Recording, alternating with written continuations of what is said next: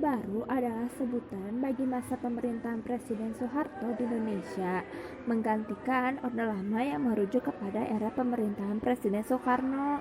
Orde Baru ingin menjalankan rakyat, bangsa, dan negara dan diletakkan kembali kepada pelaksanaan Pancasila dan Undang-Undang Dasar 1945 secara murni dan konsekuen, berlangsung dari tahun 1966 hingga tahun 1998. Faktor penyebab krisis ekonomi antara lain: 1. Peletakan dasar ekonomi yang lemah. 2. Terjadinya inflasi yang tinggi. 3. Merosotnya nilai tukar rupiah terhadap dalam Amerika Serikat. Yang keempat, tingginya beban utang luar negeri yang ditanggung Indonesia. Akhirnya, iklim usaha di Indonesia bertambah lemah.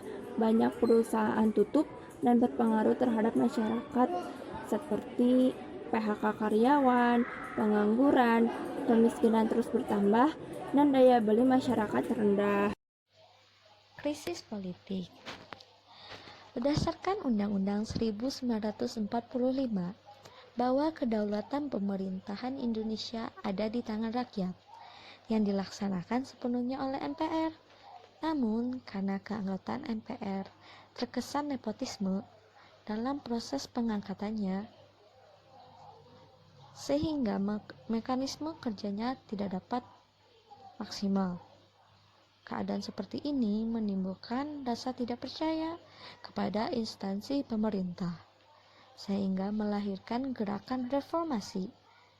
Reformasi yang digerakkan oleh para mahasiswa menyoroti tindakan-tindakan yang dianggap tidak benar, diantaranya masalah dui fungsi ABRI, KKN, praktek monopoli, dan 5 paket undang-undang politik.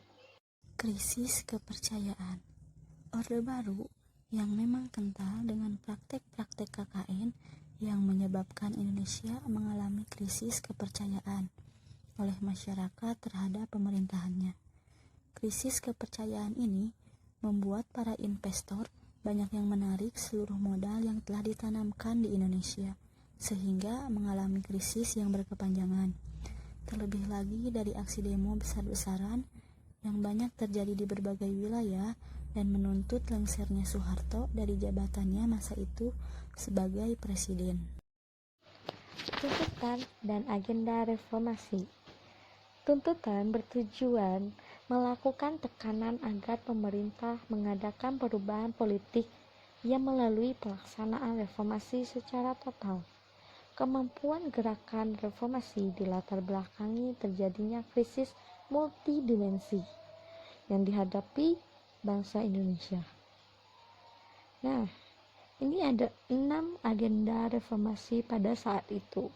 Yang pertama, sukses kepemimpinan nasional.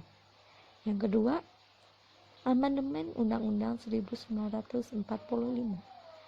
Yang ketiga, pemberantasan KKN. Yang keempat, penghapusan dui fungsi ABRI. Yang kelima, penegakan supremasi hukum. Yang keenam, pelaksanaan otonomi daerah. Sekian dan terima kasih.